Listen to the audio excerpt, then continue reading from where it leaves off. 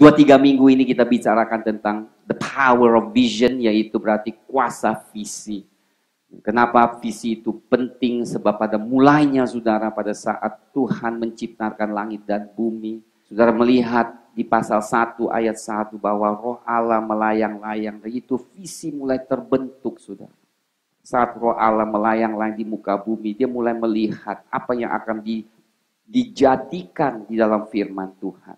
Saya pernah sampaikan ini karena pikiran Allah itu beda. Dia adalah, pikiran Allah itu penuh dengan gambaran saudara. Bukan seperti kata-kata. Jadi pada saat dia melihat, I want you to know, saudara harus tahu tuh, Allah sebelum dia ucapkan sesuatu, dia melihat sesuatu. Amin saudara, luar biasa. He sees things, dia lihat dulu. Kemudian baru dia ucapkan. Saudara. Jadi sekalipun ucapan itu singkat, tetapi karena visinya lengkap, dengar baik-baik. Ucapannya singkat, visinya lengkap, jelas, terperinci, sehingga pada saat dia ucapkan, jadilah segala pertumbuhan di atas bumi ini, pohon dan sebagainya. Saudara, katanya itu singkat, tetapi apa yang diucapkan terjadi begitu aneka ragam, pohon, kembang, dan rumput. Sampai sekarang saja kita masih menemukan hal-hal yang baru, saudara. Oh, ternyata ada pohon ini di hutan yang kita tidak pernah ketahui, saudara. Begitu dahsyat Allah kita. He's full of pictures, vision. Allah itu adalah Allah yang penuh dengan visi. Pada saat dia melihat saudara, haleluya. Dia lihat bukan saudara rupanya saja. Kalau kita kan selalu lihat rupanya saja, ya kan. Belok, sipit, pesek, mancung, ya kan. Dia tidak lihat di situ, saudara. Apa Batak, Chinese, nggak lihat, saudara. Dia lihat, dia lihat kemudian seluruh kehidupan saudara dan apa yang dia hendaki di dalam hidup saudara. Kemudian dikatakan, jadilah kehendakku di dalam hidup. Fantastic, amin saudara, luar biasa Allah kita. Oleh itu makanya kenapa Rasul Paulus katakan, jangan mengabaikan nubuatan, right? Honor. Atau perhatikan nubuatan, karena nubuatan ada kuasa yang akan membentuk hidup saudara. Visi itu dinyatakan di dalam nubuatan. Kita melihat bagaimana Tuhan mulai kerjakan sesuatu di dalam kehidupan Abraham yang orang yang sangat sederhana, tetapi kehidupannya mendatangkan dampak di seluruh dunia, bahkan angkatan-angkatan berikutnya. The next generation sampai 2000, 4000, 5000 tahun kemudian kami masih merasakan berkat Abraham dalam hidup kita. Amin saudara. Kenapa demikian? Karena saudara, pekerjaan Tuhan, jika kita lakukan dengan baik, dampaknya itu lebih panjang, lebih dahsyat daripada apa yang kita bisa bayangkan. Minggu lalu kita bicarakan 3 hal saudara. Kalau saudara ingat panggilan Allah dalam kehidupan Abraham, Tuhan suruh dia keluar dari Ur Kadim atau Ur ya, atau beberapa tempat Tuhan suruh keluar. Dan saya katakan, kenapa Tuhan suruh dia keluar dari tempat itu? Kalau kita katakan kan, Tuhan engkau bisa kerjakan kok di tempat ini, kenapa aku harus keluar? Tapi kenyataannya saudara, itulah bukan kota Haran ataupun Ur, bukan kota di mana Tuhan mau kerjakan. Ya kita nggak bisa paksa gitu. Tuhan katakan kalau engkau nggak keluar, aku tidak bisa lakukan apa-apa. Abraham harus keluar dari kotanya, pergi ke tanah perjanjian. Abraham lihat, Tuhan ini gersang, nggak ada apa-apanya. Disinilah Tuhan katakan aku akan kerjakan sesuatu. It's not the place, bukan tempat yang kau tinggal aku kerja. Sekalipun kota itu dikatakan sangat mewah, sudah jangan salah. Di mana Abraham tinggal, kota itu metropolitan. Misalnya seperti New York, seperti London, itu semua orang suka tinggal di situ. Tiba-tiba disuruh, kau pergi ke Sumatera. Ya, tanah perjanjianmu ada di Sumatera Utara. Ya, lemas kita, ya kan? Ya Tuhan. Tapi Tuhan justru sengaja, amin saudara. Dia tidak mau kerjakan hidupmu di tempat itu. Saudara harus mengerti. Jadi harus gimana? Dia harus keluar dari tempat itu. Baru Tuhan bisa kerjakan sesuatu. Dan kemudian saudara kita melihat minggu lalu, setelah dia keluar, Dia baru bisa melihat dengan matanya. Oh, inilah tanah perjanjian. Dia bisa mulai merasakan sedikit-sedikit. Dia bisa raba-raba, saudara. Selama Abraham di tempat kota yang lama, dia tidak bisa melihat. Tidak bisa merasakan visi itu. That's why God, kadang Allah suruh kau keluar, ada tujuannya. Amin, saudara. You must leave the comfort zone. Zone nyamannya itu kita harus keluar. Semua kita suka di kebiasaan yang dulu tuh kita suka, nggak suka keluar, nggak suka mengalami sesuatu yang baru, tapi Tuhan mau kita tinggalkan. Amin, saudara. Kalau saudara mau dapat berkat yang khusus dari Tuhan, menikmati perjanjian Tuhan, janji-janji Tuhan, perjanjian baru atau perjanjian tanah Kanaan, saudara, maka kita harus tinggalkan the comfort zone. Sesuatu yang kita rasa nyaman karena Tuhan, leave. Jangan di situ terlalu lama karena engkau tidak akan bertumbuh. Ketiga, saudara, apa yang terjadi pada saat Abram keluar dan dia membawa ponakannya Lot, di mana itu bukan kehendak Tuhan. Nah, ini yang paling sulit, saudara. Seringkali kita membawa saudara kita untuk masuk ke tanah perjanjian atau mengikuti Tuhan, tapi ternyata Tuhan katakan no, jangan lewat. Nah, apa yang terjadi? Akhirnya terjadi perselisihan. Akhirnya ribut di dalam. Akhirnya Lot harus pisah. Dan Lot pilih di tempat dekat Sodom dan Gomora. Pagi hari ini kita baru diskusikan pada saat makan pagi, saudara, kenapa Lot bisa pilih di tempat itu dan apa yang terjadi, saudara. Ternyata Lot akhirnya segala sesuatu dirampas, ya kan. Dan saudara, kenapa anak perempuannya, saudara tahu cerita Lot, anak perempuannya. Pada saat Tuhan jatuhkan hukuman di atas Sodom dan Gomora, saudara, dan Lot harus kabur dengan dua anak perempuannya ke gunung, dan akhirnya anak perempuannya namanya Moab, dua anak, saya lupa namanya, tapi dua anak perempuan tidak disebut namanya, dan mereka katakan gini kepada adiknya yang sulung, mari kita bersetubuh dengan ayah kita supaya ada turunan. Saya bingung, kenapa anak perempuan itu bisa muncul pikiran seperti itu untuk bersetubuh dengan ayah kandungnya. Bagi saudara akan katakan, gila itu ya, dosa banget.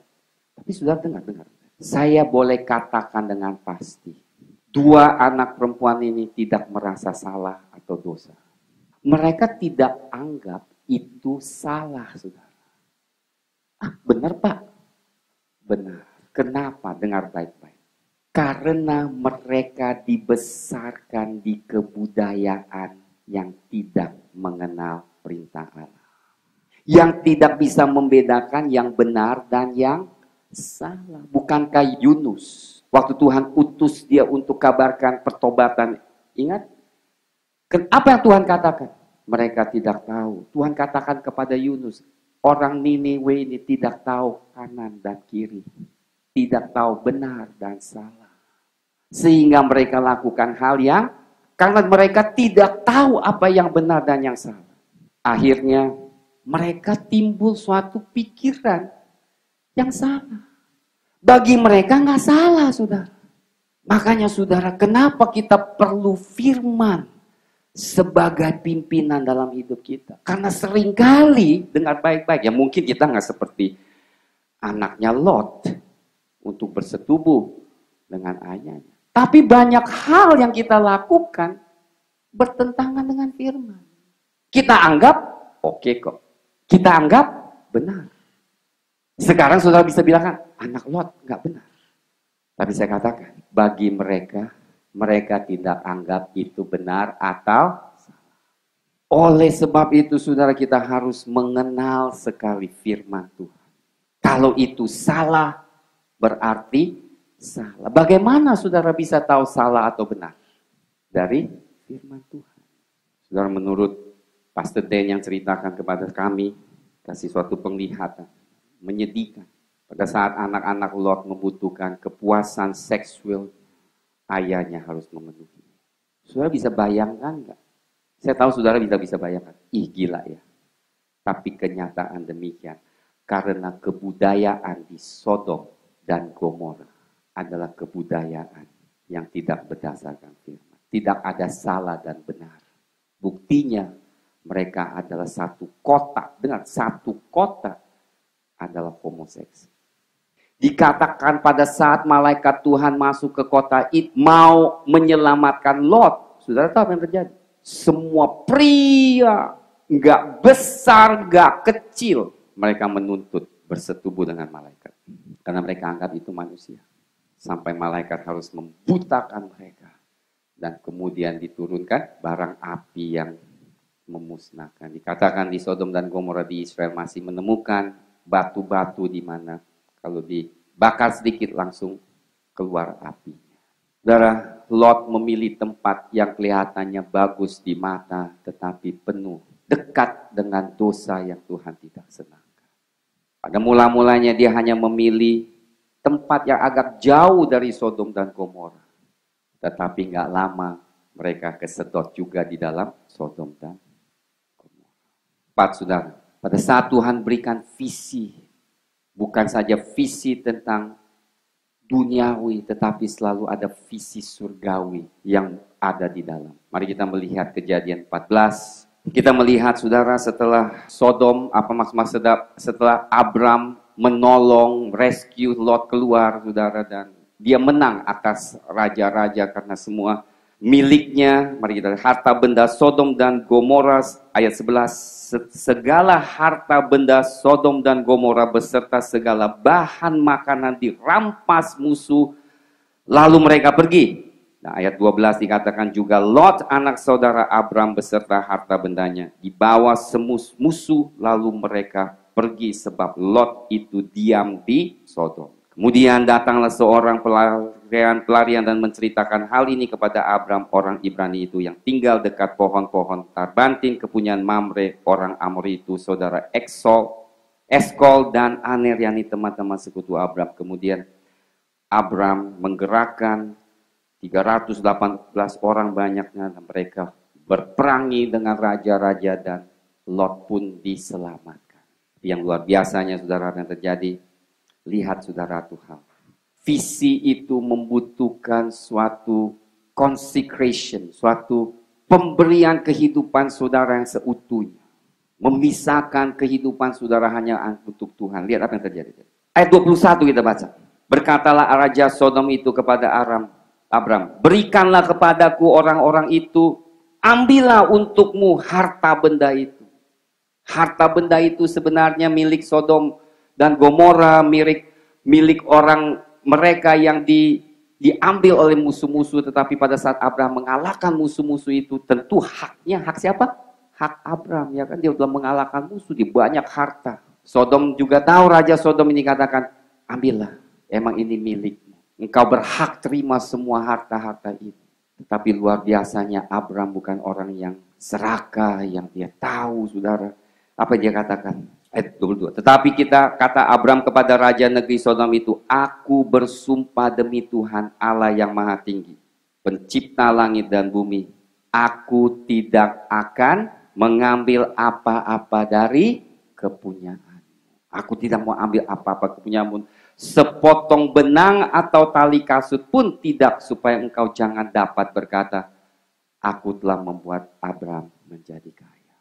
Saya senang dengan sikap Abraham ini. Pada saat saya baca ini, saya bilang, Tuhan, kalau saya ambil lah. Udah susah-susah kita perang, ya kan?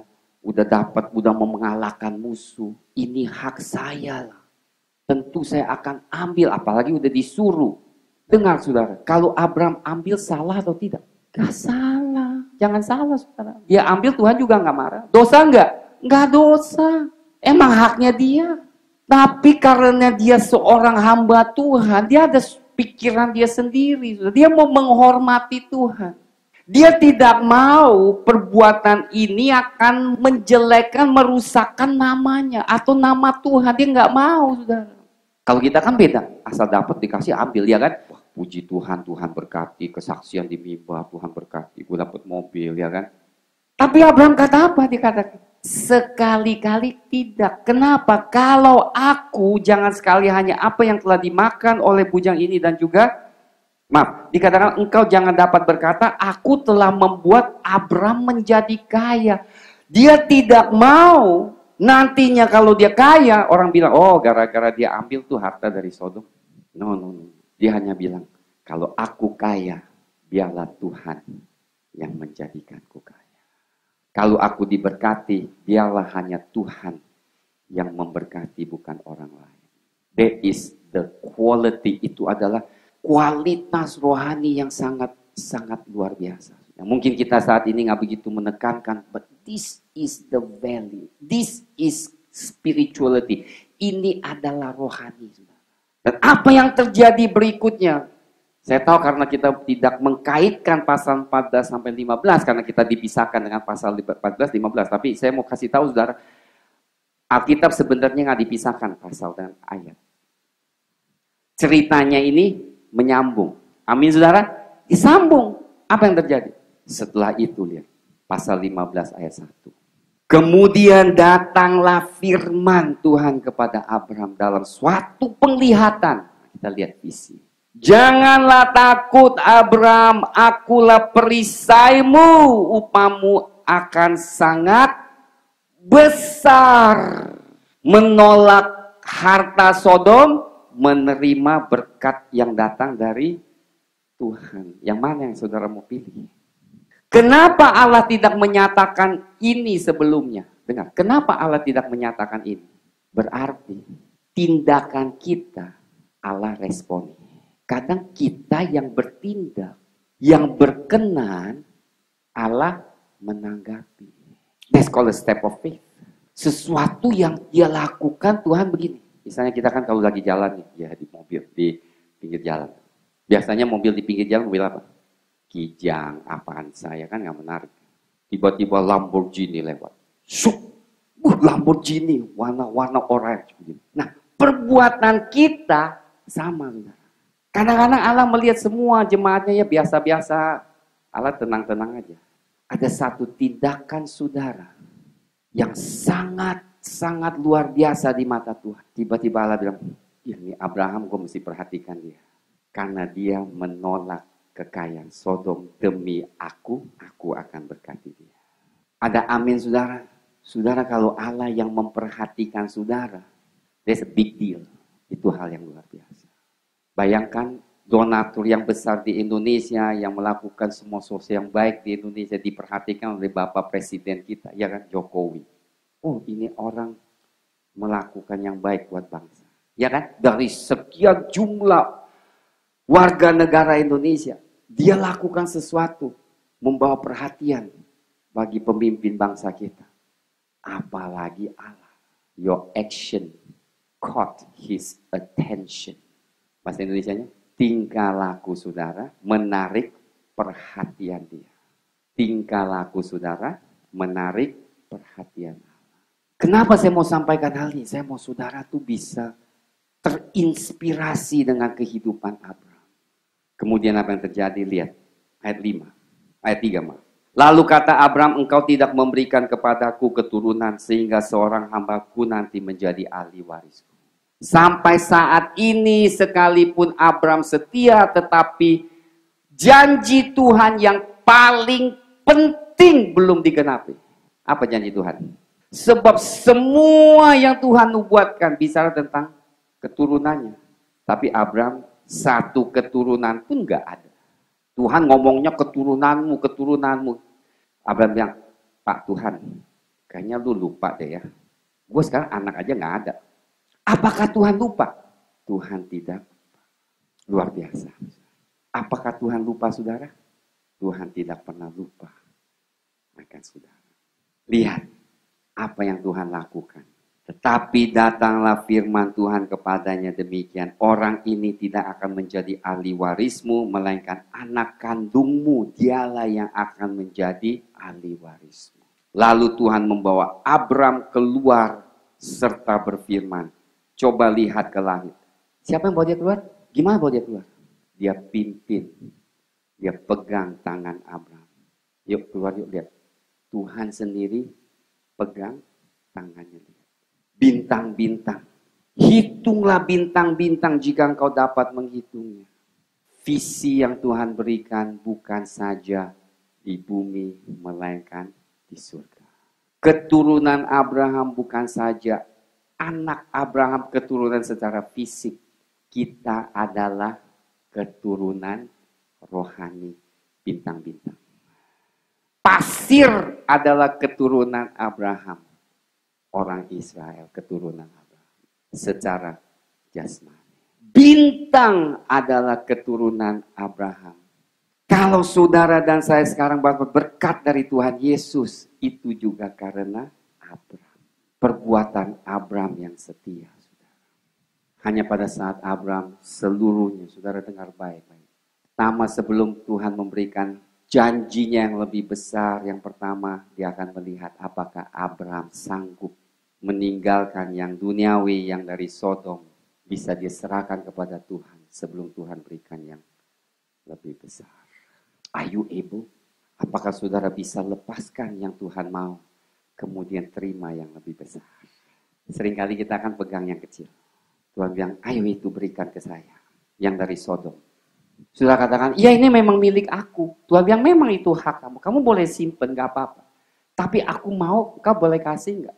Sampai saudara katakan, Tuhan, ini milikku tapi ambillah. Sudah dengar, itu bukan karena barang itu najis atau kotor. Jangan salah. Kan saya katakan, itu adalah hal yang wajar untuk Abraham. Tapi sekarang Tuhan mau. Roh Kudus bicara. Berikan aku itu. Beberapa hari ini, saudara, saya kasih kesaksian di mana Tuhan mulai bicara sejak saya doa puasa. Pagi-pagi saya berdoa. Tiba-tiba celana saya dikutip sana. Kumpulan celana saya yang pernah diberkati. Yang branded. Tuhan bicara itu terus. Saya bilang, Tuhan, apa salahnya? Aku mau itu di... Saudara jangan pikir gampang, saudara. Saya bilang, Tuhan, ini kok gak salah. Branded, terus susah-susah dapet ya kan. Mahalnya bukan main, udah pas bagus. Apa dia najis? Saya cek, sampai cek mereknya, apakah dari setan, lambangnya apa, bener gak benar, saudara. Itu gak rela berikan. Orang kalau gak rela begitu ya kan, cek kiri kanan. Ya, saya gak gitu rela. Pagi-pagi mestinya doa saya cek. Tuhan kayaknya gak salah. Tapi gak apa-apa lah kalau engkau mau kasihlah. Setelah itu Tuhan baru katakan, emang gak najis, itu gak kotor. Tapi aku mau lihat, kau mau kasih gua gak? Oh kalau mau Tuhan, Tuhan mau ya kasih lah ya kan. Tapi kadang kita gak rela. Saudara. Karena branded, mahal, bagus. Gak pernah dapet, tinggal satu-satunya. Tuhan tuh suka tinggal satu-satunya. Sudah ada satu-satu. Aduh Tuhan nih satu-satunya. Gue justru mau yang satu-satunya. Gue kayaknya senang yang lu senang. Berapa dah saudara? Kita kasih gak? Kita gini. Tuhan, bener aja dong. Ya udah, ya Tuhan yang bener aja. Kan gak salah. Gak salah. Tapi gue mau. Saya kasih tahu berapa kali. Ya, mungkin ya setahun atau 2 tahun. Tuhan suka tuh. Ungkit-ungkit kayak begitu. Barang kita. Korek-korek tadi. Tuh rantai bagus ya. Gue mau dong. Ya Tuhan ini cuma satu-satunya. Ya apalagi dikasih sama pacar. Ya pacar kasih nih. Tuhan bilang gue mau. Are you willing to give? Saya selalu ingat John Bevere selalu dipanggil. Dikasih golf course-nya. Dia bilang Tuhan aku main golf. Tuhan bilang aku mau. Itu apa? Kasih orang. Kasih. Dia bergumul loh saudara. Akhirnya dia rela. Dia gumul 1 malaman berdoa. Berarti barang itu sudah menjadi berhala. Kalau sesuatu saudara udah susah kasih, berarti apa saja deh saudara. Belum tentu mahal. Sepatu bagus, barang bagus, baju bagus, anting bagus. Tuhan mulai kutip. Give me please. Saudara kalau udah susah, berarti udah apa? Melekat di hati saudara. Makanya kekristenan adalah sesuatu yang memerdekakan. Amin. Apa yang kita merdekakan? Inilah yang dimerdekakan. Yang memikat hatimu. Tadi kita nyanyikan lagu yang memikat hatimu. Biarlah yang memikat hanya Tuhan Yesus. Kemudian kita melihat saudara visi ini terus. Orang yang ikut Tuhan, Tuhan akan terus menyatakan visinya. Amin. Tuhan gak berhenti. Dengar baik-baik. Tuhan gak berhenti di satu visi. Banyak kita dapat satu visi, kita udah tenang. Enggak, saudara. Dia akan terus nyatakan visi itu lebih hari lebih jelas pada saat kita lebih hari lebih taat dan setia. Amin, saudara. Lebih kita kuduskan diri kita. visi itu akan lebih jelas, lebih jelas, lebih jelas. Kenapa kita banyak nggak dapat visi? Karena kita tidak setia dalam hal yang kecil. Kita nggak dapat visi hidup kita begitu-begitu aja, nggak ada satu tujuan. Oleh sebab itu saya katakan kenapa visi ini penting. Pasal 15 kita lihat. Lalu ayat 6, percayalah Abram kepada Tuhan, maka Tuhan memperhitungkan hal itu kepadanya sebagai kebenaran. Pada saat Abram dinyatakan bintang-bintang, dia percaya dan Tuhan benarkan dia. Berarti Tuhan menerima dia. Dan ayat 13, saudara, bahkan Abram dikasih tahu apa yang akan terjadi di dalam kehidupan keturunannya. 15 ayat 18.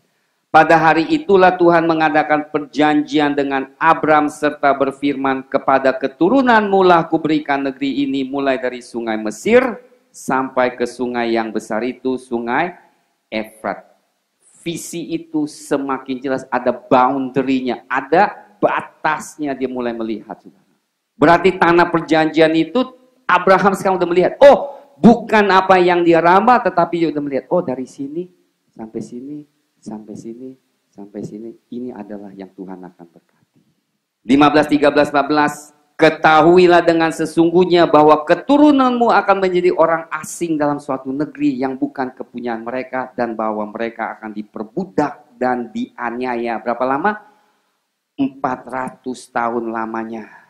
Tetapi bangsa yang akan memperbudak mereka akan kuhukum, dan sesudah itu mereka akan keluar dengan membawa harta benda yang banyak.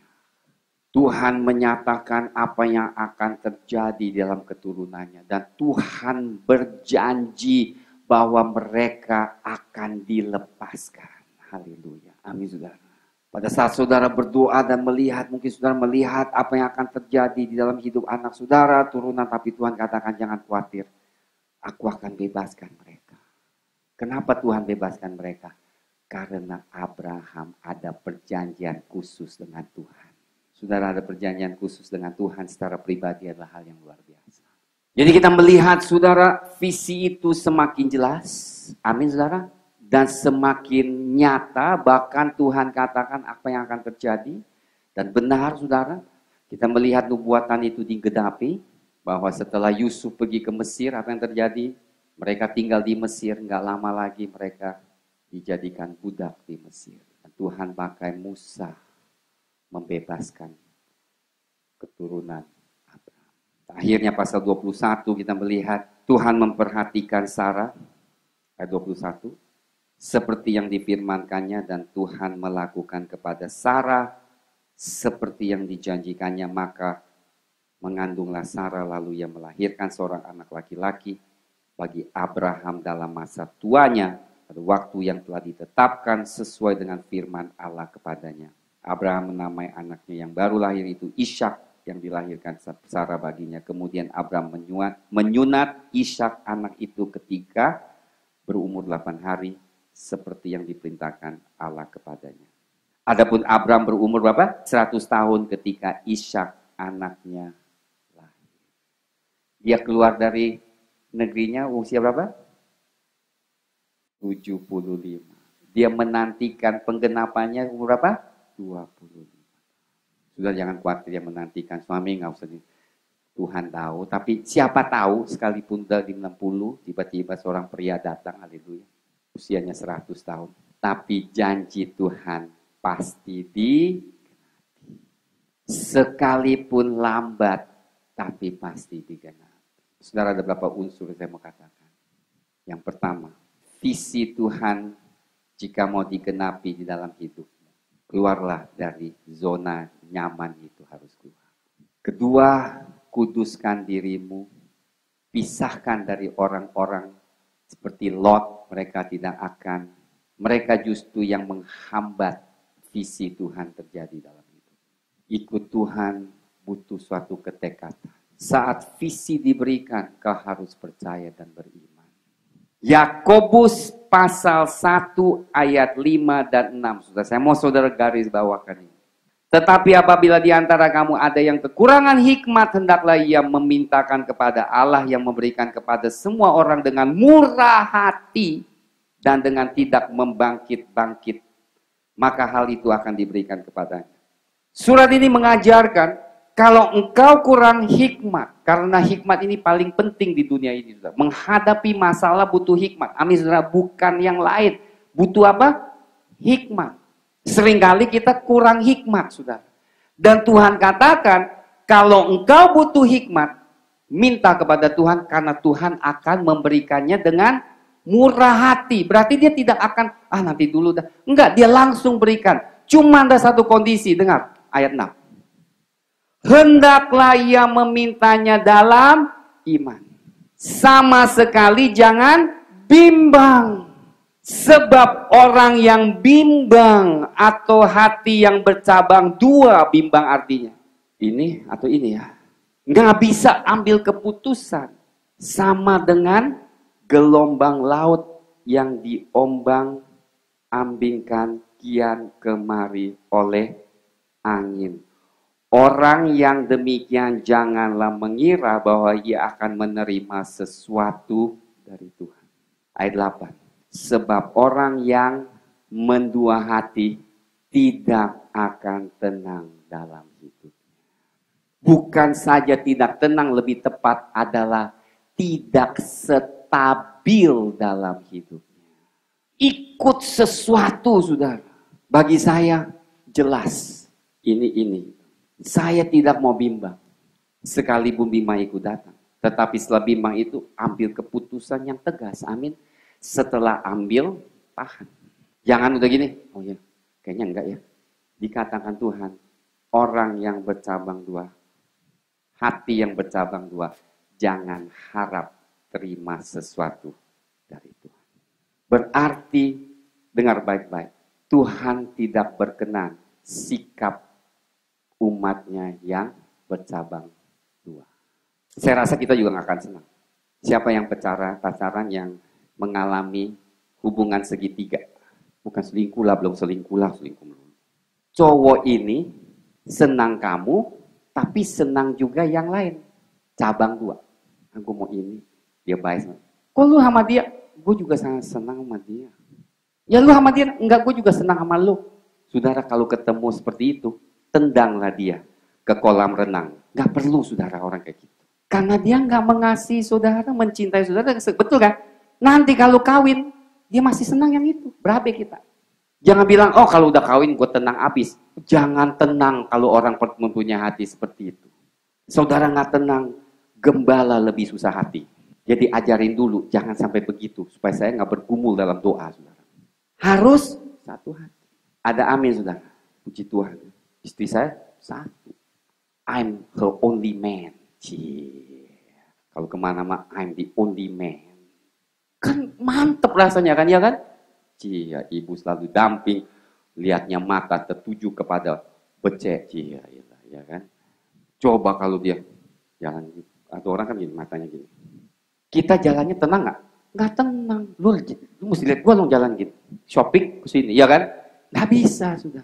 Tuhan juga mau kita mata hanya tertuju kepada Dia. Minta sesuatu, jangan bimbang. Percaya sesuatu, jangan bimbang. Karena Tuhan tidak berkenan, saudara tidak akan dapat apa-apa. Susah nggak begitu? Susah. Pertama, saudara, haleluya. Abraham ikut Tuhan cuma ada satu kali dia bimbang. Dan dia jatuh dalam dosa. Yaitu menikahi Hagar. Menikahi Hagar adalah langkah yang sangat salah. Sebab sampai saat ini kejadian musuh yang terbesar di orang Israel adalah saudaranya sendiri, yaitu keturunan Ismail dan keturunan Edom. Nanti kita akan sampaikan ini di kelas akhir zaman. Appetizer. Ada yang bilang, apakah kita bisa mengerti kitab Wahyu dan kitab Daniel? Saya katakan, saudara, memang dulunya susah mengerti. Tetapi saya mau katakan, akhir-akhir ini sudah ada hamba Tuhan yang mengerti jelas tentang nubuatan akhir zaman. Dulu kita tidak mengerti tentang 10 tanduk yang tertulis di binatang yang keempat di kitab Daniel. Bahkan di kitab Wahyu, 10 tanduk merupakan 10 negara. Sekarang kurang lebih kita sudah mengetahui 10 negara itu adalah negara apa. Jadi kita melihat rahasia Tuhan itu dibukakan. Amin saudara. Yesus, ku cinta kau. Yesus, ku cinta. Semuanya katakan, ku cinta kau Tuhan. Ku tinggikan, ku agungkan, aku kan memujimu, baik di dalam suka dan duka, sebab kau layak terima pujian, sebab kau layak terima pujian, sebab kau layak, ku agungkan Yesus, Raja di atas segala raja, sebab kau layak, sebab kau layak terima pujian, sebab kau layak terima pujian, sebab kau layak agungkan Yesus, Raja di atas segala raja. Adakah di antara saudara yang susah melepaskan sesuatu dalam hati saudara?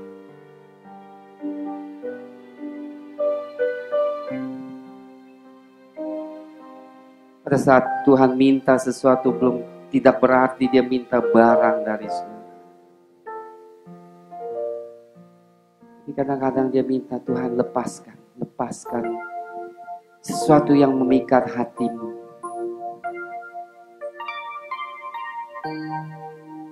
Saya mendengar suatu ilustrasi yang luar biasa dari seorang hamba Tuhan yang kejadian melihat dalam kerajaan binatang.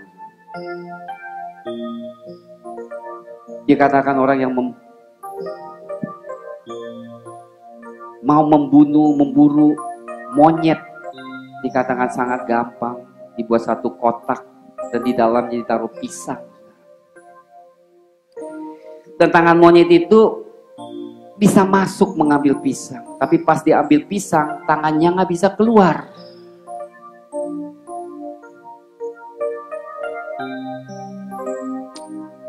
Dan begitu banyak monyet ambil pisang itu.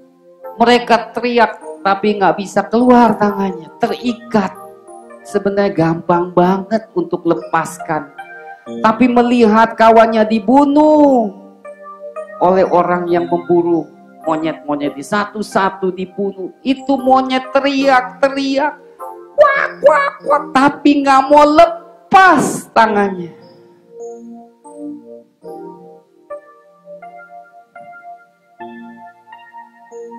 Tuhan katakan, kenapa engkau harus pegang kepahitan? Kenapa engkau harus pegang sesuatu yang kau tidak harus pegang? Lepaskan. Lepaskan.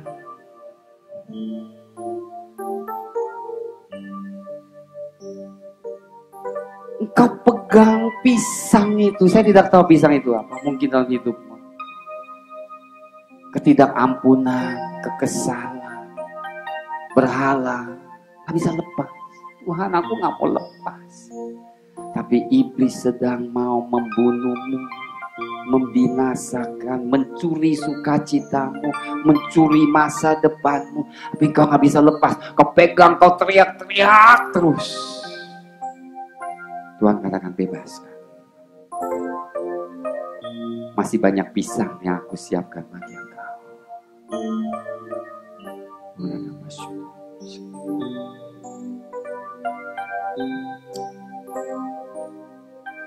Saudara, Tuhan mau memerdekakan kita. Amin, saudara.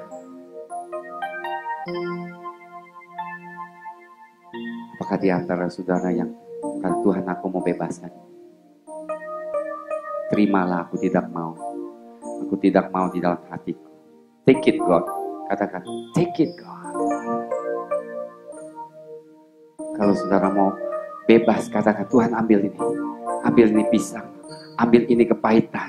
Ambil ini semua yang membelengguku. Ambil, aku lepaskan semua itu di kakimu. Haleluya. Rabba syukur rabba rabba. Tuhan hari ini mau bebaskan saudara. Haleluya. Rabba syukur rubu syikan. Kita semua ada berhala-berhala, mungkin kita tahu di malam pagi hari ini. Let go. Don't hold on to it. Karena saya akan doakan saudara. Lepaskan saudara, lepaskan. Supaya visi Tuhan bisa terjadi dalam hidup. Visi Tuhan bisa terjadi dalam hidup.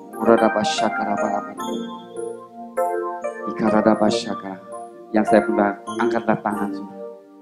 Kalau saudara pada pagi hari ini mau dibebaskan, angkat tangan saudara. Tuhan,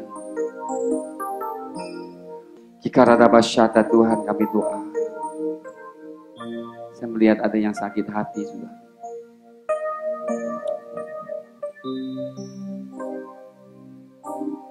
Ada yang sakit hati di sini. Teringat masalah pemarah, masih kesel banget, sebel. Lepaskan, lepaskan. Tuhan katakan lepaskan. Haleluya, let go. I'm coming. Saya mau masuk dan bebaskan engkau.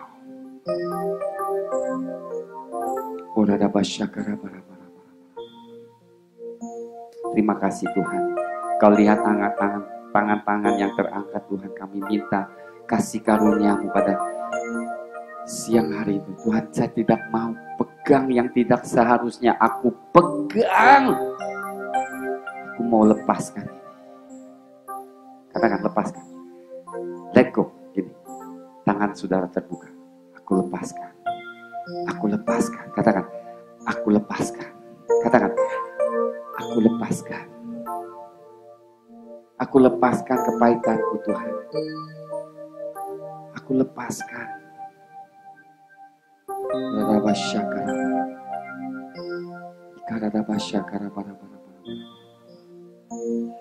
Oh, saya tahu susah banget, sakit banget. Karena dia udah tinggal, udah berdarah daging di dalam engkau. Sudah dengar, kalau sudah berdarah daging pada saat engkau lepas, kau sakit. Tapi mendingan operasi saat ini supaya bebas. Terima kasih Tuhan. Terima kasih Tuhan, cinta kasih-Mu mengalir di atas kami. Supaya visi Tuhan bisa tergenapi dalam hidup kami. Katakan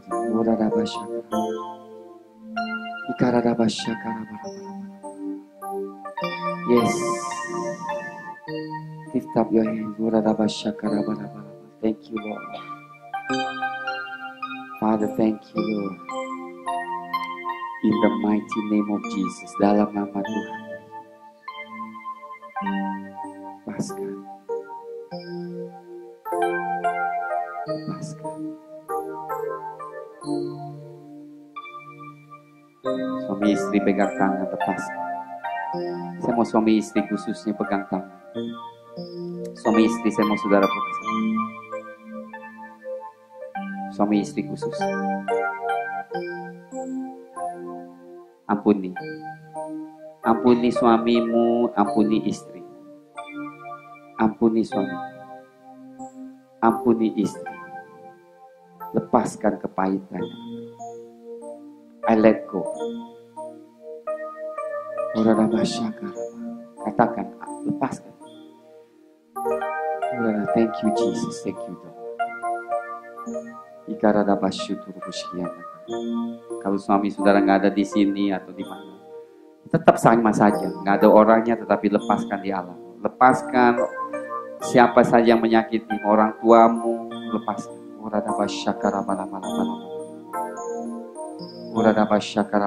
Bebaslah saudara, Tuhan memerdekakan.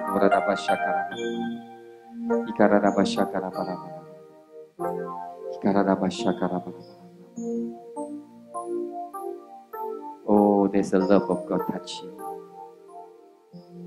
Terima kasih Tuhan. Biar pada sore hari ini Tuhan, kami dimerdekakan Tuhan. Di dalam nama Tuhan Yesus. Kasih-Mu mengalir Tuhan di dalam kami.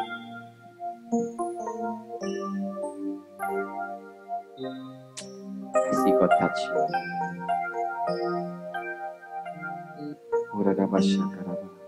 Thank you Lord. Thank you Lord. Semua ganjelan lepas. Maka akan terobosan terjadi dalam keluarga.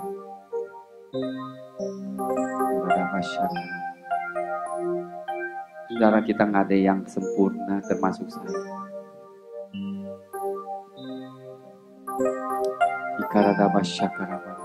Terima kasih Tuhan.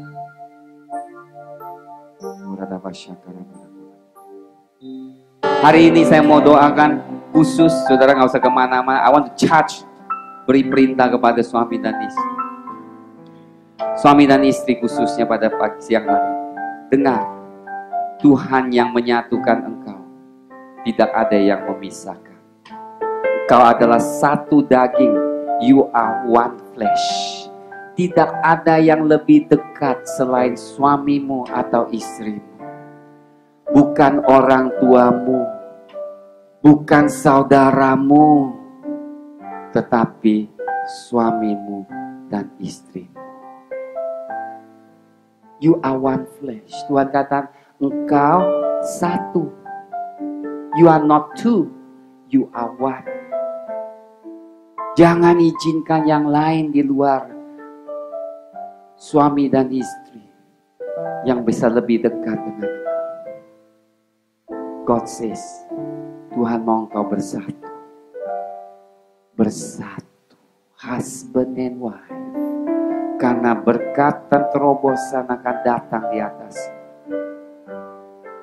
Besar. Akhir-akhir iblis mau merusakkan keluarga. Tradisi mau merusakkan. Tapi jika engkau bersatu, ada kuasa. Haleluya. Amin. Uradabasyaka, Tuhan berkati Tuhan pasangan suami istri. Saat ini kuduskan mereka. Buat mereka lekat Tuhan, roh, jiwa, dan tubuh. Seperti firman-Mu mengatakan tidak ada suatu apapun yang bisa memisahkan mereka. Dan ajarkan kami yang benar.